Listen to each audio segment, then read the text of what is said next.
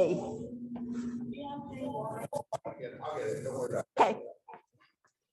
Sorry, I have to go to work.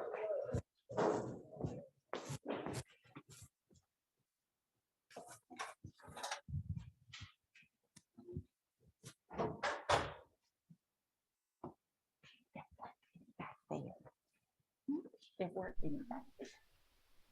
You okay?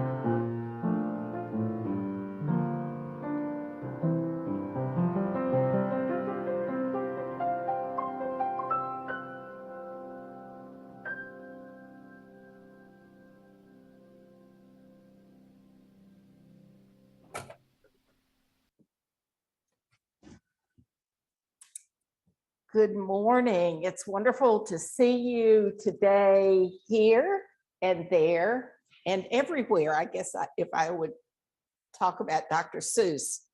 Welcome to the First Unitarian Universalist Church of Lynchburg. Here we gather in a spirit of freedom and friendship. Whoever you are, whatever your beliefs, whatever your age, and whomever you love, you are welcome here. As we work together for justice, compassion, and peace, we also acknowledge with humility that our buildings stand on land originally part of the Monacan Nation. I'm Terry Bailiff. I'm the contract minister of this congregation, and I share the ministry with all the members and friends of First UU. If you're with us for the first time, we're glad you chose to be here this morning. We know this time of year, there's so many places that everyone could be, but we're glad that you chose to participate with us in the service of this church that we all love. We'd be happy to tell you more about our community during our virtual and in-person social time following the service. If you'd like to receive our monthly newsletter and Friday email updates, please fill out the virtual visitor card on our website at uulynchburg.org under Sunday services. You may also wish to join our Facebook group. Many, many thanks to Karen Montgomery for being here this morning to lead our service and also a workshop this afternoon. Karen Montgomery has a master's in science, and she's a board certified art therapist, and she's used labyrinth work in practice and healing workshops for over 25 years. Karen and I will need to leave fairly shortly after the service to help get set up for the workshop. So if we dart out, don't take it personally. If you want to participate in one of the meditations in the service, you might want to, if you're on Zoom, to print out the finger labyrinth from the Friday blast, or you may simply want to do a simpler movement. And Karen will explain that when we get to that part of the service. So now, as we gather here on this beautiful but cold spring morning, I invite us all to release our worries about the world and our own lives as we enter into the service by taking a few slow, calming breaths.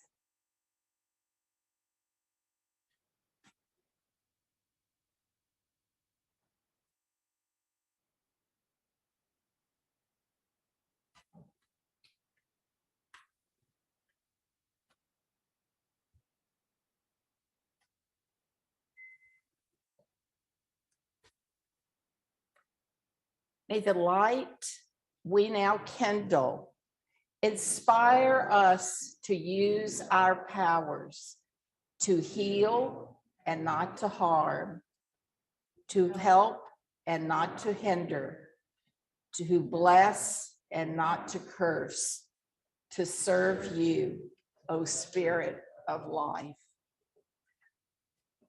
Our opening words this morning come from Walking a Sacred Path by Lauren Artris, and I think Karen's going to explain who she is. Our world is full of distractions, deadlines, conflicts, disease, and sometimes just plain old noise. Centering our energies is a way to detach from these intrusions on our inner peace. As you probably know, there are many ways to become mindful and attempt to find the calm. Today, we invite you to breathe in self-love and explore a new ancient way to center your energy. She writes, walking the labyrinth clears the mind and gives insight into the spiritual journey. It urges action. It helps people in the throes of life transitions. They realize that they are not human beings on a spiritual path, but spiritual beings on a human path.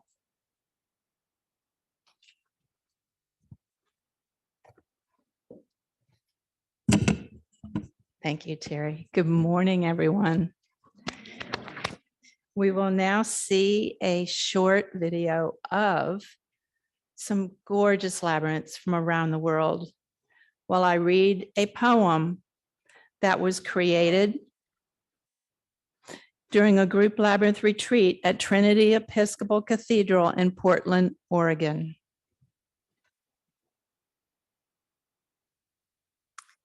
We enter one by one to walk this sacred path, mindful, deliberate, in silent solidarity. We navigate the winding way. One foot follows the other. Breathe, breathe, breathe. Walk, walk, walk. The journey through the labyrinth emulates life's odyssey, twists, turns, curves, sometimes straight, effortless, sometimes meandering. Each turn leads to the center, welcoming along the way, opportunity to pause, listen, be alive. Breathe, breathe, breathe, walk, walk, walk. We travel the path as silent companions, holding space, honoring the unique, spiritual, and sacred in each of us, knowing that while we walk together, ultimately, the journey is our own.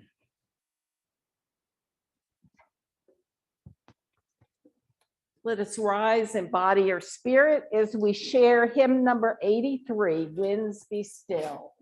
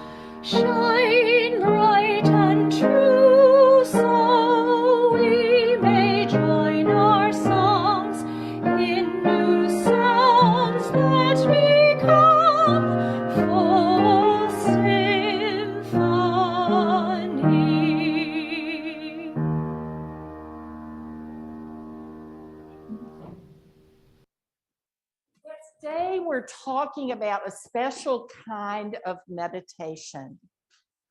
And that's very nice. But there are some days that I feel more like a hurricane is all around me.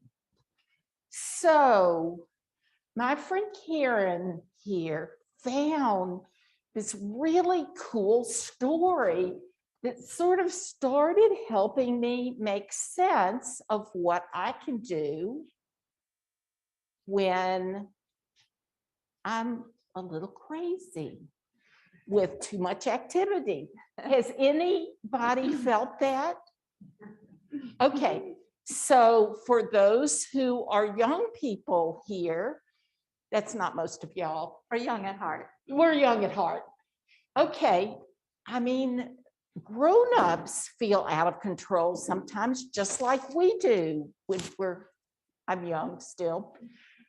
And there are times when it's hard to get our body in control and to just be calm. So I'd like to share this story about what happens to this young man who's a lemonade hurricane. So let's see what happens to him.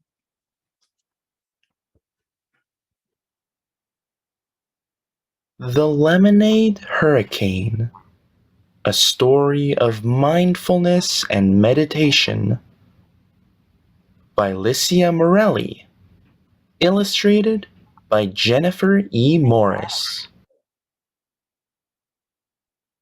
My name is Emma. My days are busy and full. Sometimes I like to stop and rest.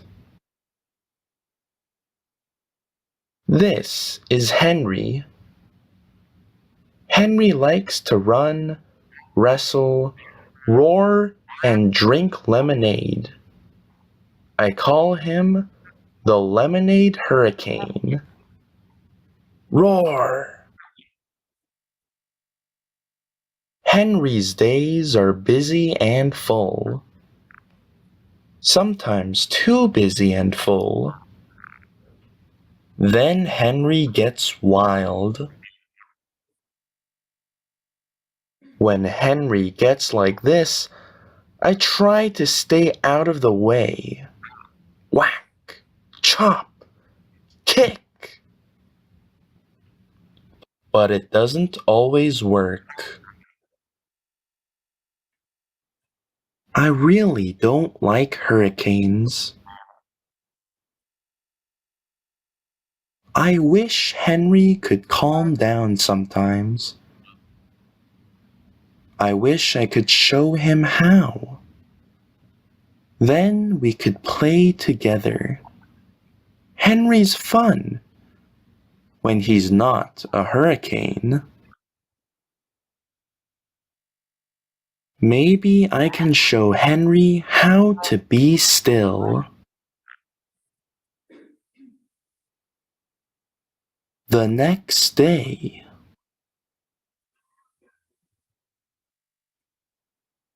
Watch this, I say.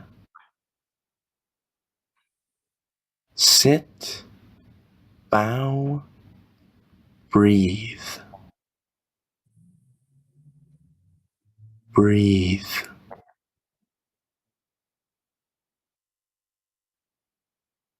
When I sit, I can feel the ground beneath me.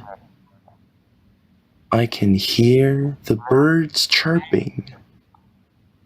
I can smell the grass.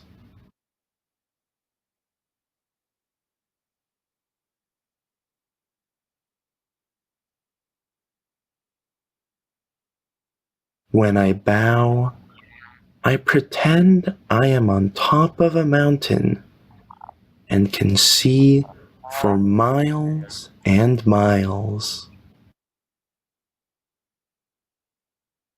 And when I breathe, I pretend I'm the wind moving the leaves in the trees.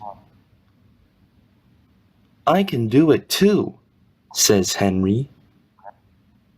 Henry pretends he is on top of an elephant and has to bow really slowly so he does not fall off.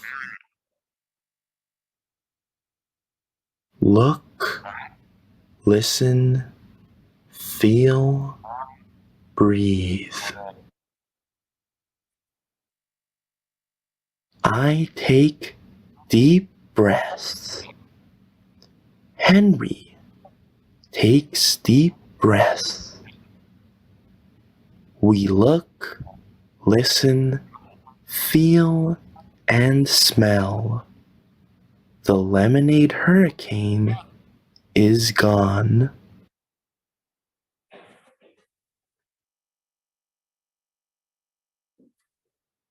I wonder how many of us could practice that. Maybe not right now, but also some of you young people might be able, you could practice some, and you might be able to teach your parents how to do that. That might be a really great thing that you could teach your mom or dad. So let's think when we, no matter what age we are, if we're feeling like we're having a hurricane day, to sit and calmly breathe and relax.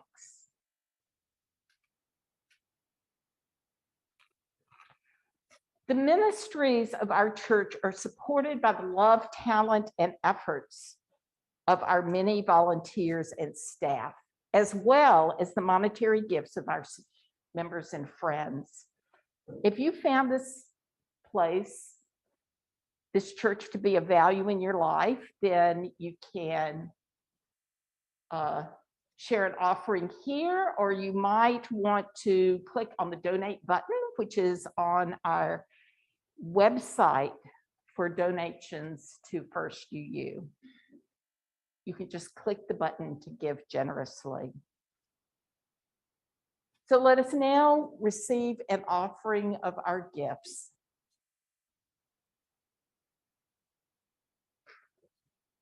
Thank you.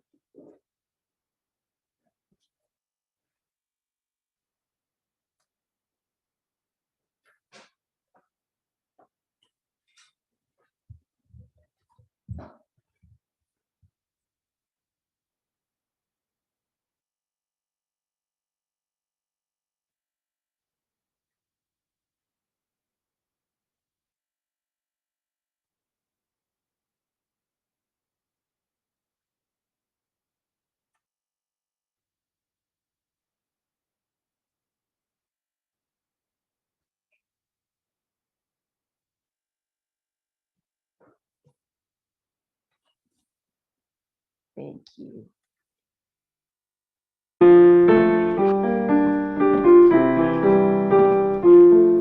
From you I receive, to you I give. Together we share, and from this we live. From you I receive, to you I give. Together we share, and from this we live. From you I receive, to you I give. Together we share, and from this we live.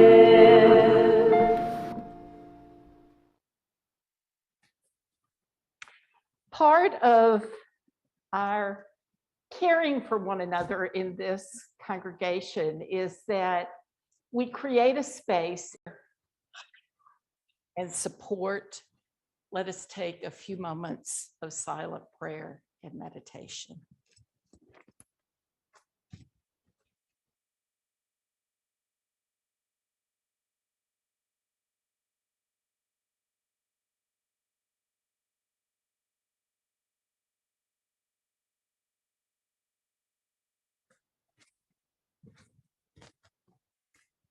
Spirit of life and love,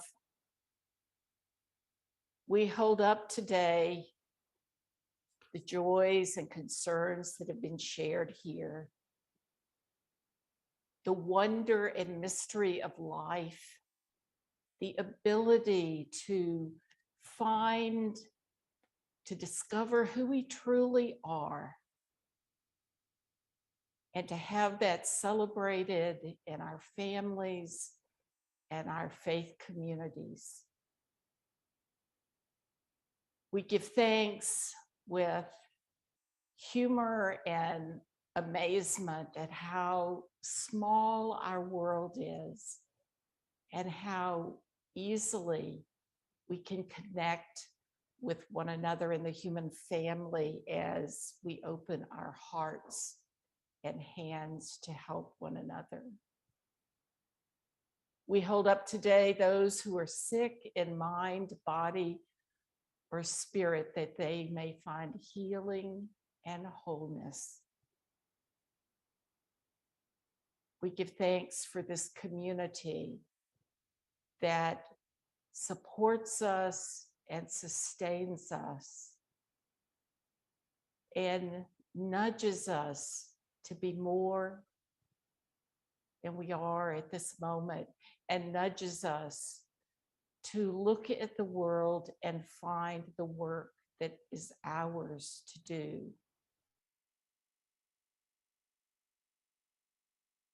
We give thanks for life, for hope, for possibility.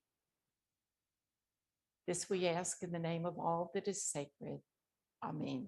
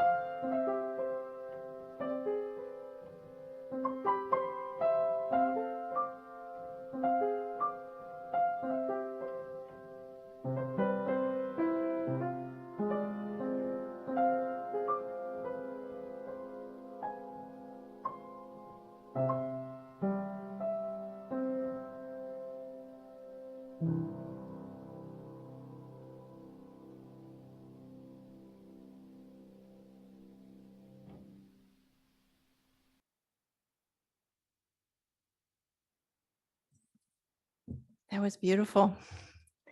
I forgot to have you mention that I'd like to give a shout out to my church, which is the Unitarian Universalist congregation of Glen Allen, north of Richmond.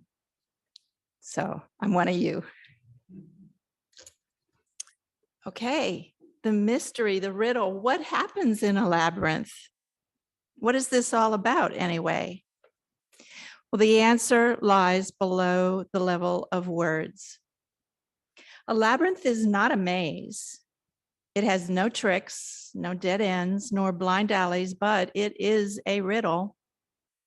A labyrinth, I quote Ursa Kertiger Tinga, is the cosmos and the world, the life of humankind, the womb of the earth, the journey, the way to the center, the way to ourselves.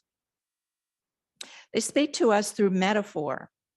The journey on the path symbolizes the life journey, the twists and turns of our lives when we think we're almost there and the road is blocked or an appointment is canceled, when the guests arrive and dinner just burned in the oven, or when lemonade hurricane shoots on by.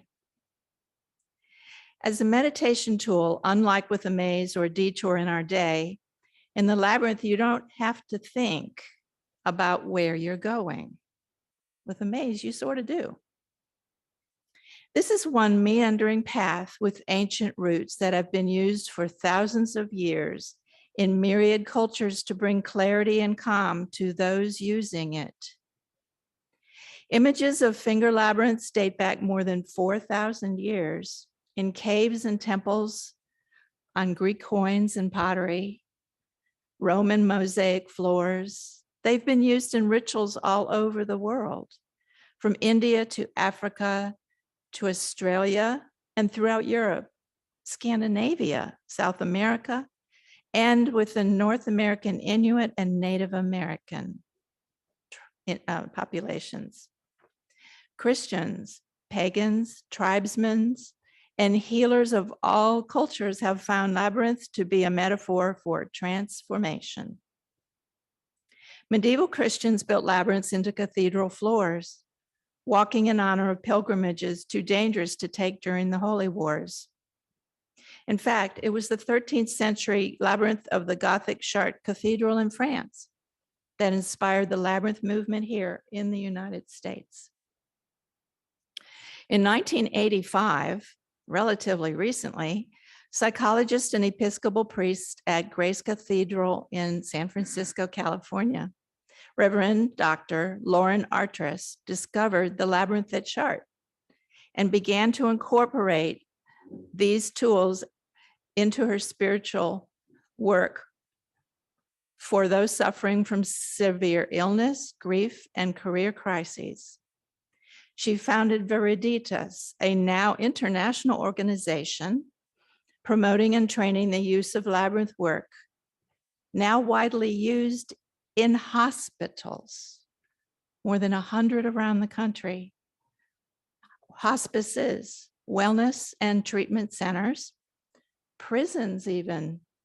I worked in juvenile detention, and we built them there with tape on the gym floors, or used the finger labyrinths. Schools, churches, and anywhere folks seek deeper understanding of how they walk their life. It's a form of meditation that reconnects you back to your soul self, especially if you have trouble sitting still. It's a form of meditation that reconnects you to your soul self. And Reverend Artris aligns the way we walk the labyrinth to the universal meditation, the threefold path, or the 3 R's. So the 3 R's: release, reflect, and renew. As we release or let go, we enter the path of worries and concerns and fears, or simply something controlling our mind, something even maybe we just notice our body is all tensed up. Reflect or receive in the center. We listen for illumination, insight, clarity. Some people pray, some people meditate, especially if it's a ground labyrinth. With a finger labyrinth, in a group, typically we go a little faster, but it's the whole essence of the lightness of letting go in that center.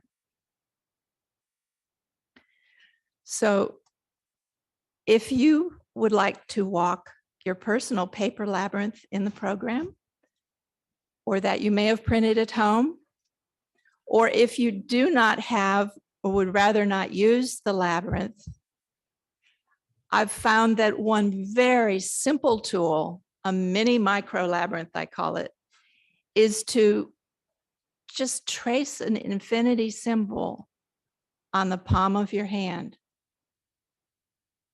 Like my kids going to court, you're having an argument with a friend. On your pants, just a little infinity symbol or in the palm of your hand. So we will sit comfortably and do one together here. Take a deep breath. Soften your eyes enough so that you can still see the path. Slowly, mindfully, or mindlessly, we move one finger along the path as I read a poem. Notice any thoughts, sensations that may arise. Take a breath, let it go. Enjoy the freedom from control and listen to your heart, your body, and your soul. There may be something new to learn. And with one breath, we now take at the entrance to the labyrinth, we start. Rows of ragged rocks outline a path for healing. Brown, decaying leaves hug the winter ground. A blanket to transform. A labyrinth awaits the sojourner, almost calls her name. When you enter my simple boundaries and journey my paths one step at a time, straight ahead, yet winding and crooked, the curled road beckons to be trod, reinforcing the uplifted, blessing the downtrodden. Maybe tears, maybe joy, maybe peace, one step at a time. All who are heavy laden come stand at the gate. All who are fragmented place one foot down and the other in front. All who wander in the commonplace come travel the narrow roads one step at a time.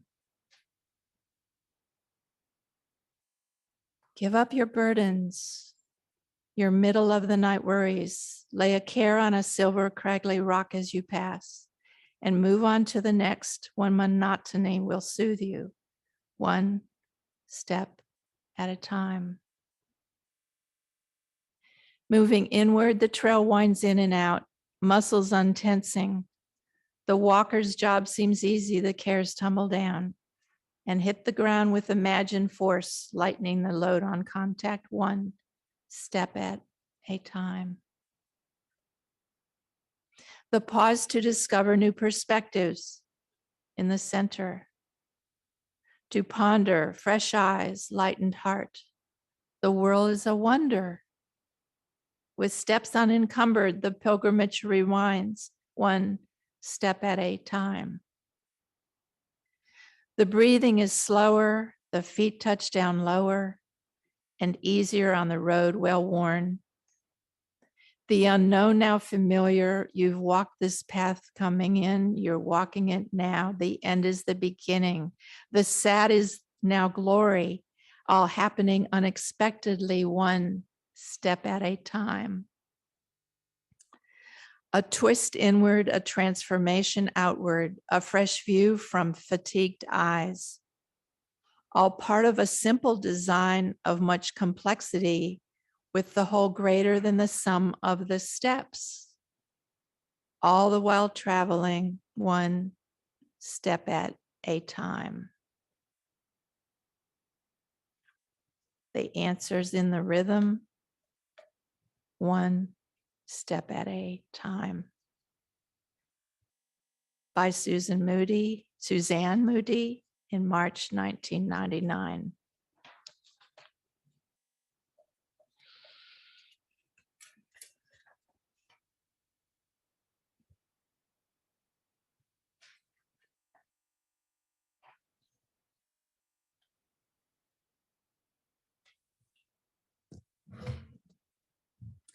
This kind of meditation may feel strange to those of us who are not accustomed to meditation that's not sitting meditation.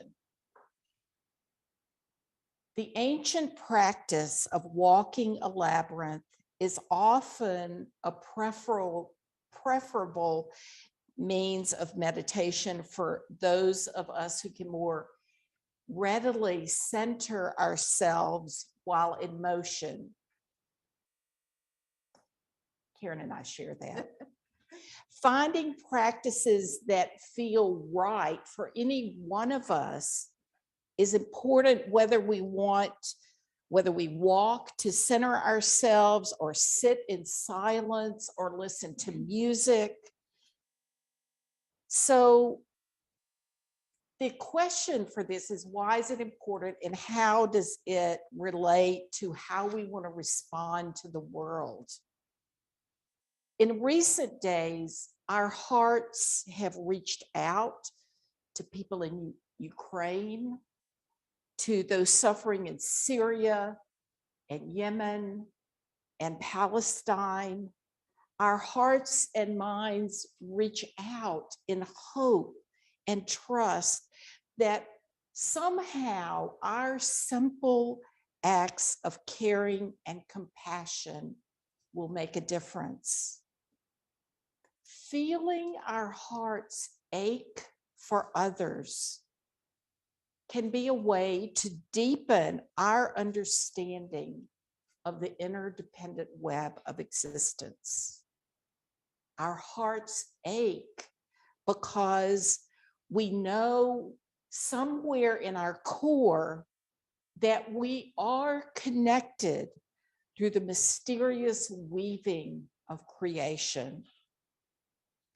From the beginning of my life journey as a Unitarian Universalist, I've believed that the interdependent web of existence, which is our seventh principle, is profoundly radical if you think about the ramifications of it.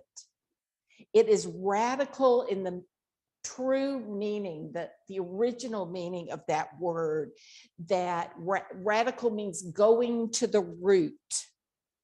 And it's that care and compassion that radically grounds our faith and our belief.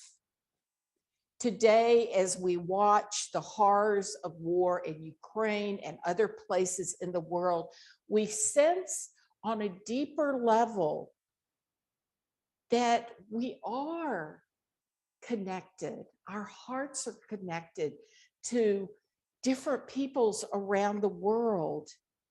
And that is a profound awareness.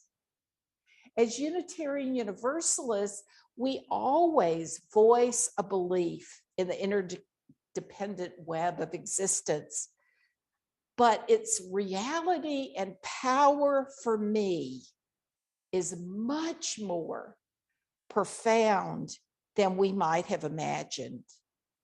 It's more than like, oh, we're sort of connected and, isn't this nice? And we breathe in oxygen and breathe out carbon dioxide.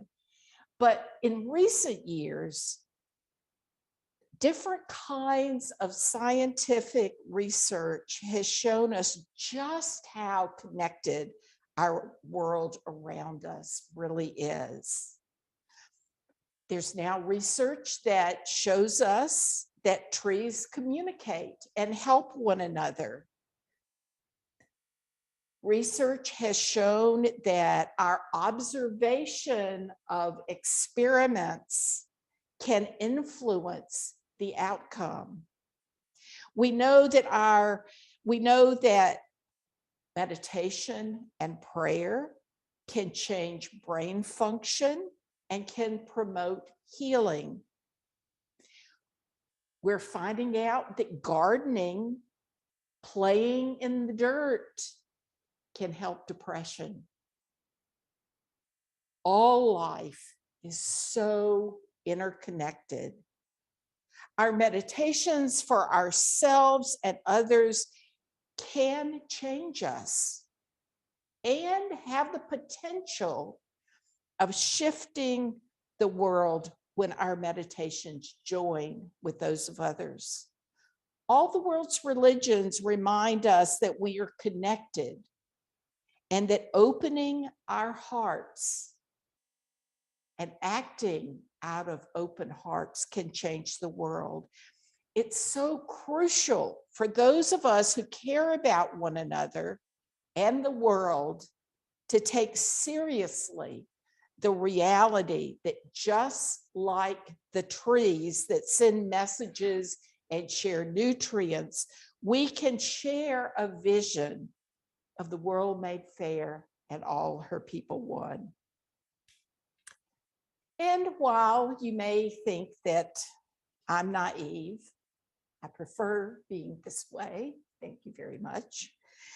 I strongly believe that the interdependent web of existence reminds us that we can, around the world, join our hearts and minds with others to help bring peace and justice into being. If the trees can do it, we should be able to do it too.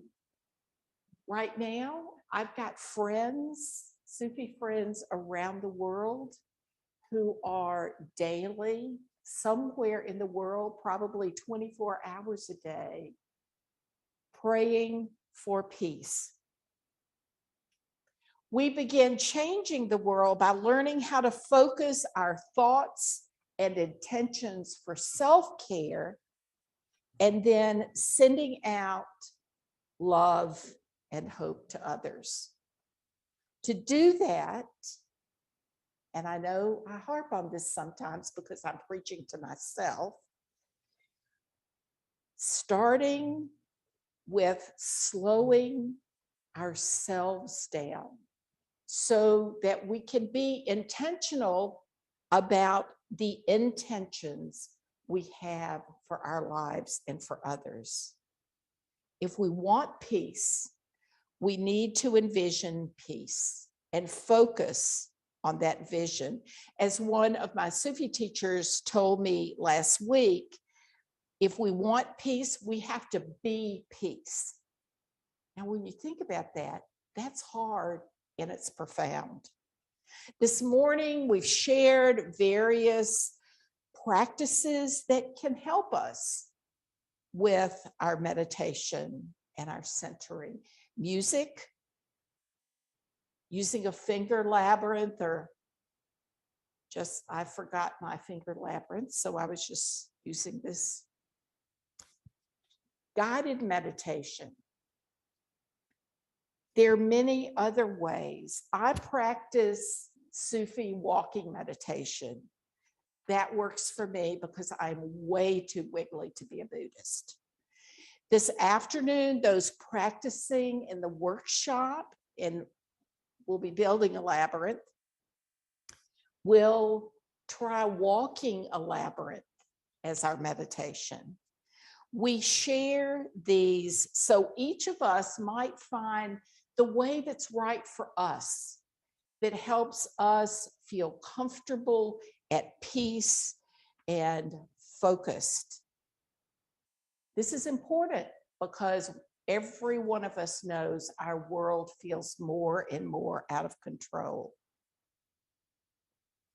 I know we've been talking a lot about meditation recently. We'll talk about other things too, but I just think it's so important because we're torn by the violence we see around the world, and quite frankly, the verbal violence we have seen this week of a dedicated public servant. I'm trying to be non-political, but I am in Lindsey Graham's voting district. It becomes more and more difficult to find that quiet center in the middle of the hurricane in which we often live. This week, Karen sent several options for our time for all ages, and we chose the Lemonade Hurricane in part because I could see myself as a young person, or last week, Yeah, you might know those days when we're in the middle of a hurricane. Our challenge is to find a way to put ourselves in the center of that hurricane. You know, watching that young man's truck being tossed around by a tornado this week, if some of you saw that, that was like remarkable that he walked out. But our challenge is to find a way to put ourselves in the center, in the quiet center, so that from that still place, we can influence those around us, even as we care for ourselves. Every one of us is still learning how to be fully human. That is why we Unitarian Universalists are committed to a lifetime of learning. We often think that learning is only intellectual, but our emotional and spiritual learning is at times even more important. I think this is one of those times in history where we need to be emotionally and spiritually intelligent, as well as intellectually intelligent. We need to learn to be as whole and self-actualized as we can possibly be. This will help us understand how to cope with life as it cycles and spirals. Goethe wrote, "Progress has not followed a straight ascending line, but a spiral with rhythms of progress and regression, of evolution and dissolution." We are seeing dissolution in many parts of our society.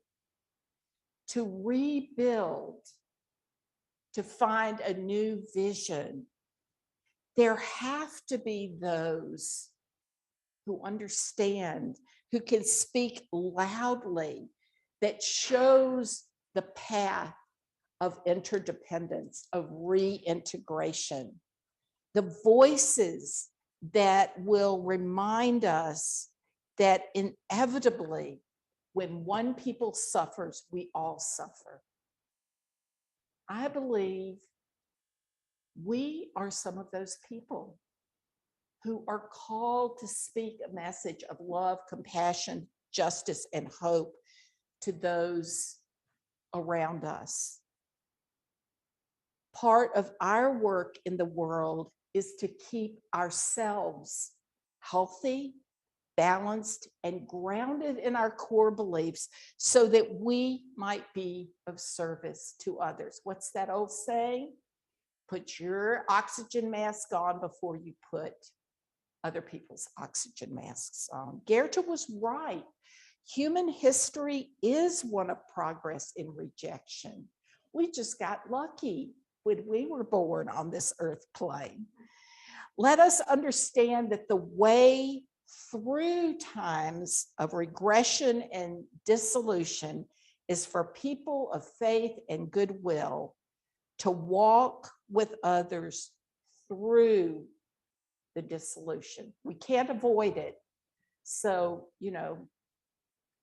pull up your panties and just walk right through it with grounded intent and a vision of the world made fair and all her people one. Because we need once again to see a human family that moves into the rhythms, the spirals of progress and evolution. Perhaps that inner understanding of the spiral of life and culture thousands of years ago drew our ancestors to build labyrinths that on some deep levels helped them understand that life does indeed spiral and evolve. It changes. Even as we think we are walking a straight path in life, we're really making turns, evolving. We must be open to flowing, to walking with the movement on our journey of life. As we move through life, we deepen our search for meaning, for love, for joy, for hope, for justice. In this way, we can remain resilient in the evolution and dissolution that life might present to us. We can weave ourselves more tightly into the interdependent web of life, caring for ourselves and one another. Let us now sing our search for meaning, hymn number 95.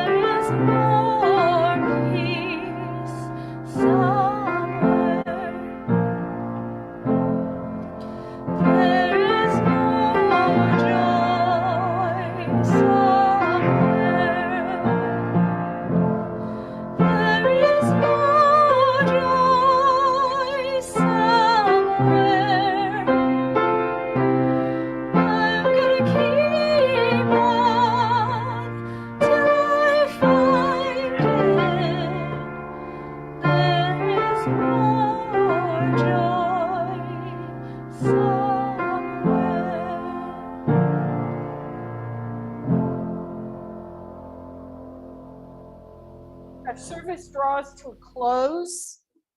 We extinguish the flame of our chalice as we share these words together, and they're printed in our bulletin. We extinguish this flame, but not the light of truth, the warmth of commitment, or the fire of community.